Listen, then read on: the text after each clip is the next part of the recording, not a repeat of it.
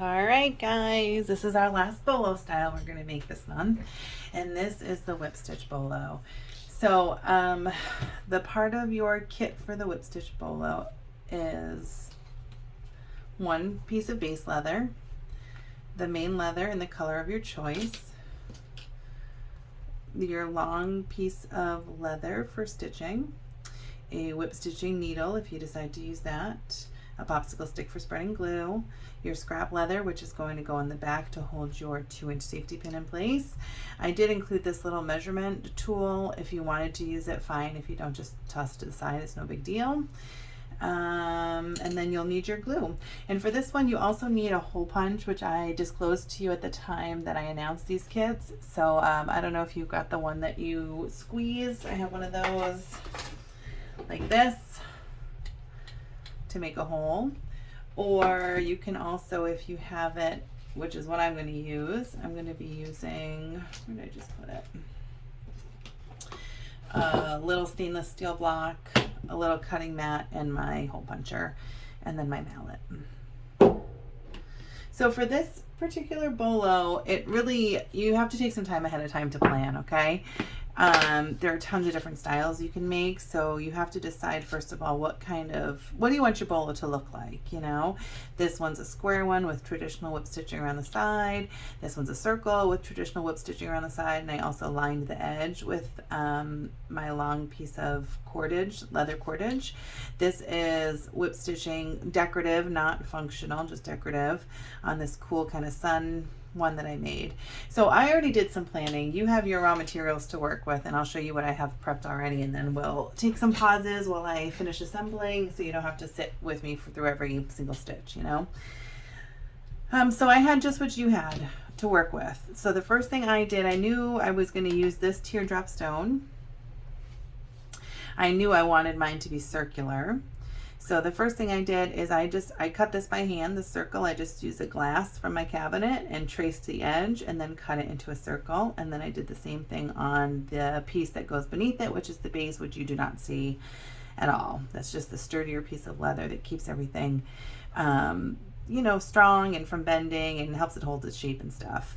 So the first thing I did after I cut it into a circle is I found the center of where I want my stone to be, and I just kind of outlined it. You can see the etching there that I did, and I did the same thing on the back side of my main piece of leather that you will be able to see. As I just put my stone in the center, I traced it with a pen, and then I used scissors and I cut in the same shape as the stone, but leaving a little bit of an edge, because if you've done any of the other videos yet, you'll know when we assemble this that we do want a little bit of leather up on the edge of the stone to kind of help everything stay together.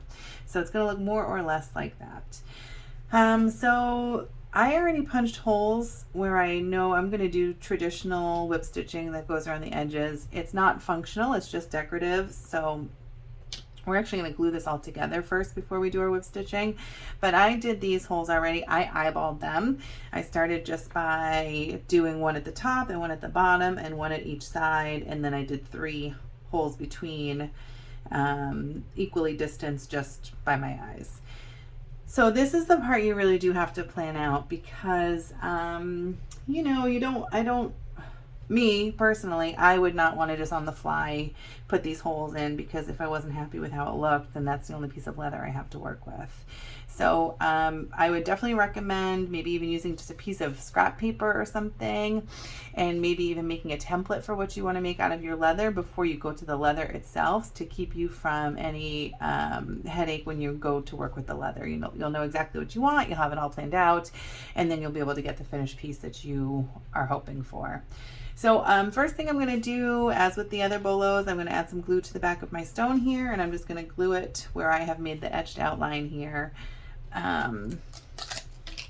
to get that stone just where it's supposed to be.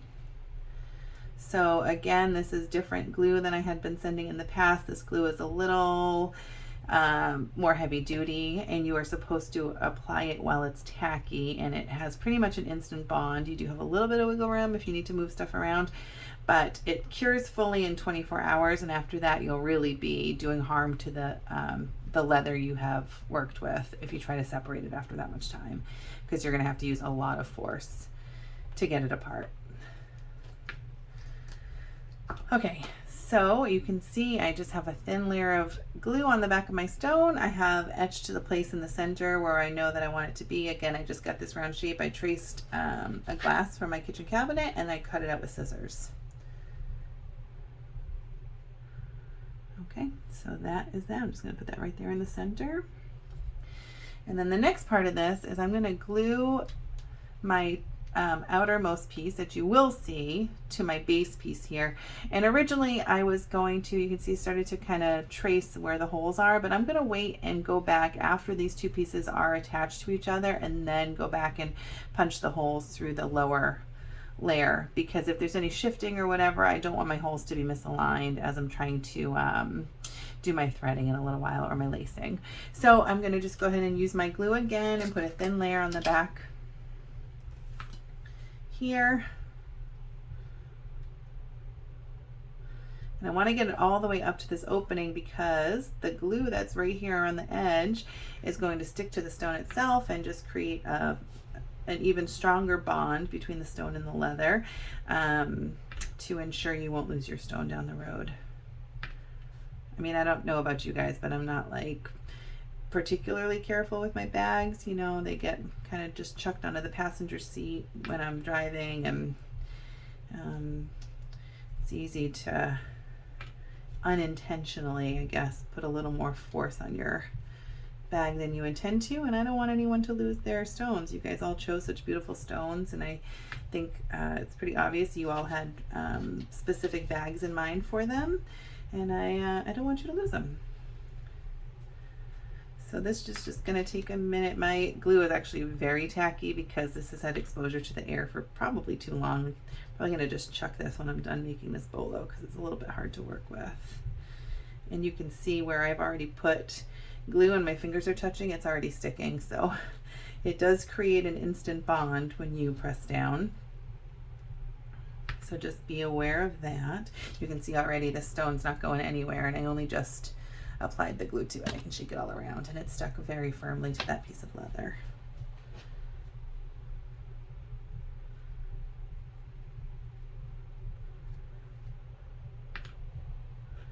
So I'm just adding glue. I want to get all the way to the edge, so I have to go kind of between the holes that I've made, because I don't want glue to seep up between the holes.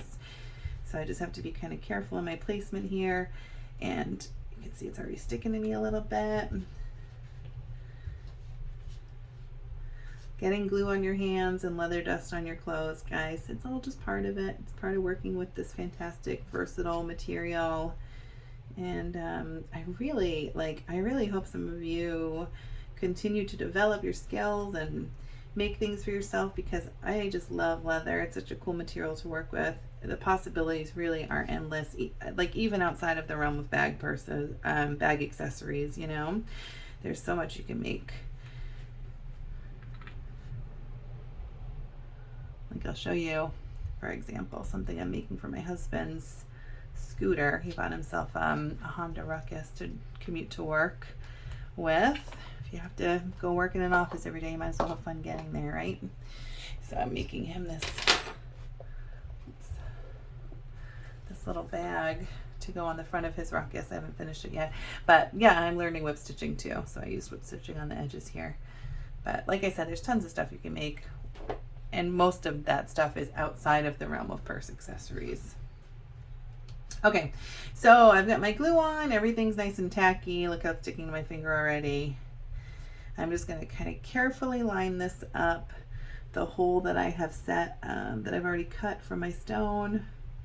Kind of pull it a little bit so I can see as much of the stone as possible. I want the edges to all line up between the two circles that I have, my top layer, which I've already punched my holes in, and my bottom base layer, which you will not be able to see.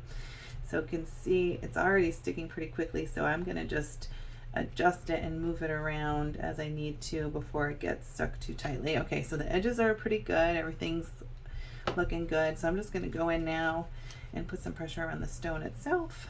I'm using just my fingernail here to kind of outline the shape, which pulls this leather down a little bit, shows a little bit more of the stone. All right, just using my fingernails for that. Looks pretty good. So that is set in the center. I love the way it looks. Now, as I already said, I only have holes in this top outer layer of leather. I need to go back and punch the holes.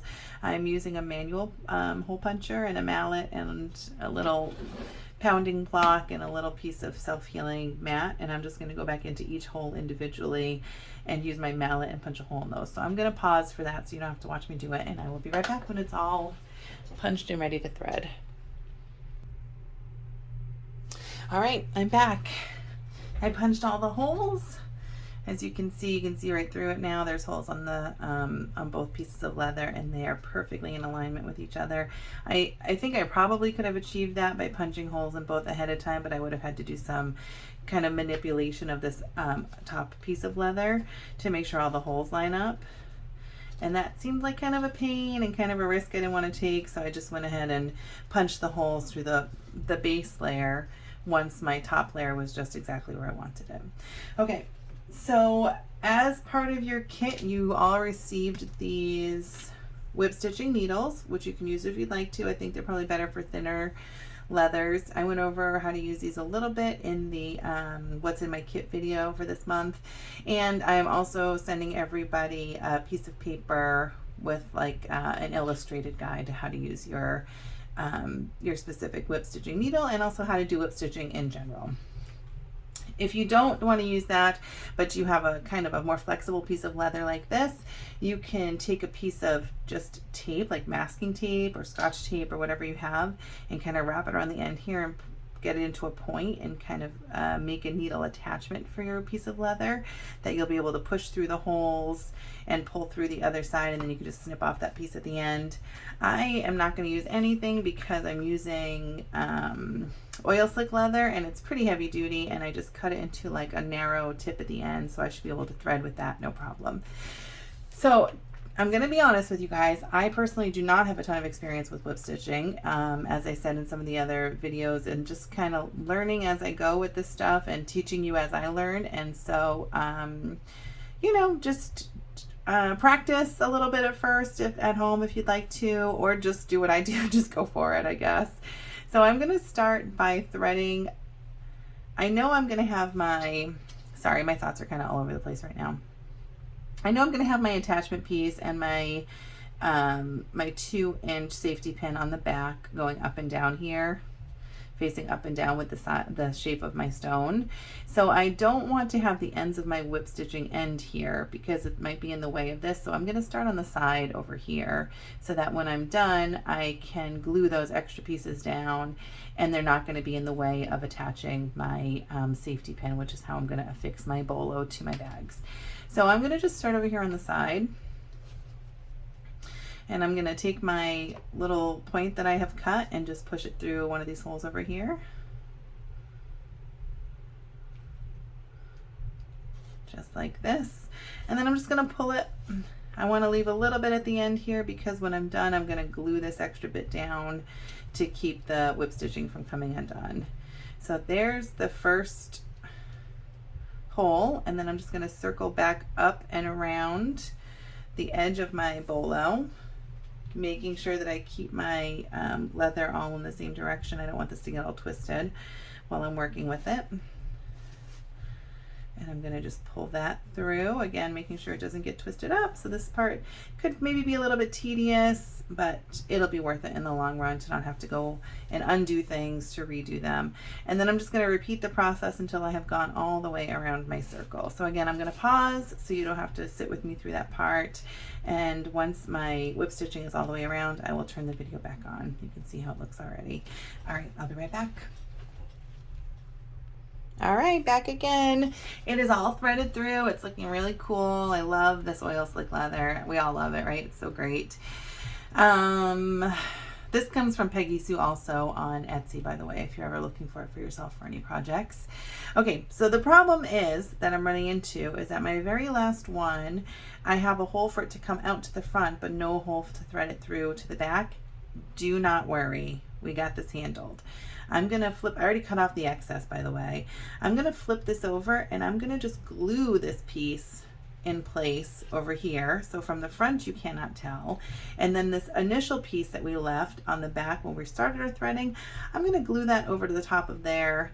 And so kind of crisscross those two pieces of leather, and that is going to hold this firmly in place, and I'm not going to worry about that moving at all. So I'm going to take care of that, gluing the ends. There is a way you can take these ends and thread them back underneath these whip stitching pieces that you've already done, but that seems like kind of a hassle to me, loosening stuff up, tightening things back up again. I'm just going to take the easy way out because I know this glue is heavy duty. I know it's going to hold it in place, and I know I'm not going to have to worry about the stitching coming undone, even if it's only glued. So I'm just cutting the piece that I'm going to use to put my safety pin on into a little circle, which is what I like to do because I don't want any, you could leave it a square, it doesn't really matter, but with a square you have those points, and I think those parts are more likely to get caught on something and peel up, whereas a circle you have no sharp edges. So the first thing I'm going to do, I'm just going to clean this glue off my glue spreader real quick. And this spreader, again, I just love it so much. I've been using these for years. This is from Tandy Leather. It's specifically for spreading glue. It's awesome. They come in 10 packs, and that's all you'll need for your whole entire life because they last forever. Okay, I'm just going to take a little glue, and I know I want this piece to be the bottom piece because this is coming around from the front, and I want it to look like it's fully threaded through, right? So I'm going to take this piece and I'm going to just put glue all the way top to bottom on this one. I got a little bit on the side there, so I'm just going to use my finger, take that off and wipe it over here in a little piece of scrap I have. Add a little more glue. Perfect. That's all I'll need for that to never, ever, ever, ever move. So I'm going to lay this in the same direction as my other whip stitching is coming through, kind of to an angle up that way. And you can see from the front, you cannot tell at all, right? And then I'm going to take this other piece, which is left over from where I started the stitching in the first place, and I'm going to put glue on this all the way top to bottom. And then I'm going to stick this on top of this piece that's already stuck down so they crisscross. I'm going to keep those close to the edges so they're out of the way for when I put my back piece on. So it looks just like that on the back now. I've got these two ends crisscrossed, being held firmly in place by each other and the glue, and the front is looking fantastic. I wouldn't even be able to pick out for you which one it is that is not actually whip stitched and is just glued down on the back. Okay, so the very last piece for this bolo is just affixing the back, which just could not be simpler. You just take your little piece of scrap here that you have. Like I said, I cut mine into a circle. You could do whatever you want. Just going to add some adhesive. This glue is awesome. I mentioned in another video it's called EverTack. I'm just going to use one of these popsicle sticks to hold this down as I spread more glue so that it doesn't start sticking to my hand. Just like that, all the way to the edge. A little bit goes a long way. If you have extra glue and you plan on doing additional leather work, just hang on to it. If you keep the lid on your jar, it'll save for a long time, and you can use that glue to make lots of cool things. Okay, just putting that stuff to the side for a second. Now I have my 2-inch long safety pin here, which is the very simple fixture we are using on the back to be able to use this on our bolo, like as a bolo on our drawstring bags, or if you use it sideways like this, you can put it on the handle of your other bags, or if you wanted to, you could just use it as a pin and put it anywhere. So I know when I affix this, I want the part that opens to be facing up and outward so that it'll be easy for me to open and close. And I know that I want it to be up and down to the shape of my teardrop stone. So I'm gonna kind of just use this as a guide. This hole's pretty much centered. Same hole there. So I'm gonna just center this up and down where I know the top of my stone is and the bottom of my stone is, and then take this circle that I've made and just thread this between and use it to hold the bottom part of my safety pin directly to this other piece of leather at the base, the back of the base leather. And I'm just using my fingernails and giving it a good push. It's already, you can see it's already firmly affixed. It's not going anywhere, but it will fully cure within 24 hours. And then it really won't be going anywhere without causing damage to the bolo itself. Like, you really have to yank them apart once they've cured. So here is my finished bolo with my whip stitching. I love it. It looks great. It's just the look I was going for. I'm really not sure what bag I'm going to put it on, but I think it'll look pretty good on this. This is a Portland Leather Goods bucket bag, which I love. If you're looking for an all leather bucket bag, these are super affordable. They come in tons of fun colors, really easy to customize at home. And what I wanted to do, if I wanted to put this on, I would just open it up, kind of spread this open manually. I'm going to thread this up around this attachment piece here. I'm not sure what the name of that is, so don't really know what to call it. And then this is giving me a little bit of trouble because my strings are all mixed up, but then you would just clip it in the back there, and then it wouldn't go anywhere. It wouldn't shift on your strings at all. It's not going to fall off, and it looks kind of like that. I think this might be the bag for this bolo, actually, so I think it's a match made in heaven. Like I said, there are tons of different styles. You can do really anything. Like, the only limit is your imagination and the time that you're willing to put into it. I really, really strongly recommend maybe using a piece of scrap paper and doing making a couple templates for what you want to make to figure out your design first, because I did not send extra leather for this particular bolo. But I believe in you guys. You can do it. It's just have fun. Don't stress. There's no right or wrong. You know, it's DIY, so I think it should look DIY. You know, you're making it yourself and you've never done it before. So be proud of your creation and have fun with it. And let me know if you have any questions. And please share once your pieces are all made. I would love to see them. All right. Well, thanks for being here with me. Take care. Bye.